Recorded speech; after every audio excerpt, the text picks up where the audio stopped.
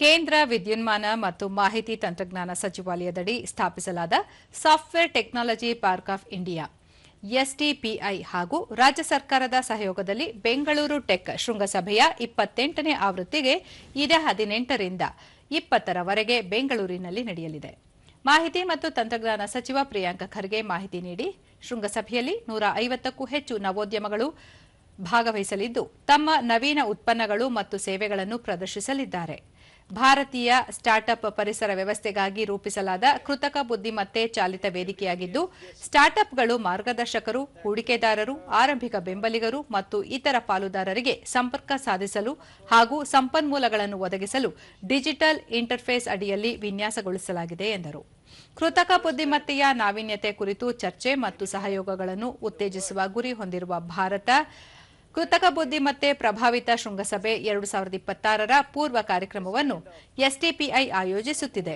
ಭಾರತದ ತಂತ್ರಜ್ಞಾನ ಪರಿಸರ ವ್ಯವಸ್ಥೆಯ ಪ್ರಮುಖ ಸಹಾಯಕನಾಗಿ ಹಣಕಾಸು ತಂತ್ರಜ್ಞಾನ, ರಕ್ಷಣೆ ಮತ್ತು ಭದ್ರತೆ, ಸುಸ್ಥಿರತೆ, ಎಂಎಸ್ಎಂಇಗಳು ಮತ್ತು ಕೈಗಾರಿಕೆ 4.0 ಮುಂತಾದ ವಲಯಗಳಾದ್ಯಂತ ಕೃತಕ ಬುದ್ದಿಮತ್ತೆಯಿಂದ ಉದ್ಭವಿಸುವ ಅವಕಾಶಗಳು, ಸವಾಲುಗಳು ಹಾಗೂ ಬಳಕೆಯ ಸಂದರ್ಭಗಳ ಕುರಿತು ಚರ್ಚಿಸಲು ಎಸ್ಟಿಪಿಐ ಡೊಮೇನ್ ತಜ್ಞರು, ಉದ್ಯಮದ ನಾಯಕರು, ಸ್ಟಾರ್ಟ್ಅಪ್ಗಳು ಮತ್ತು ಸಂಶೋಧಕರನ್ನು ಒಳಗೊಂಡ ಗೋಷ್ಠಿಗಳನ್ನು ಆಯೋಜಿಸಲಾಗಿದೆ. ನವೆಂಬರ್ 19ರಂದು ಎಸ್ಟಿಪಿಐಐಟಿ ರಫ್ತು ಪ್ರಶಸ್ತಿ ಪ್ರದಾನ ಸಮಾರಂಭ ನಡೆಯಲಿದೆ ಎಂದು ತಿಳಿಸಿದರು. ಅದನ್ನ ಲಾಂಚ್ ಮಾಡ್ತಾರೆ. ಇದು ಯಾಕೆ ಸರ್ಕಾರ ಮಾಡ್ತಾ ಇದೆ ಅಂದ್ರೆ, less than 10% of Indian house holds own a computer. ಕರ್ನಾಟಕದಲ್ಲಿ ಸ್ವಲ್ಪ ಜಾಸ್ತಿ, 15% ಅಷ್ಟೇ.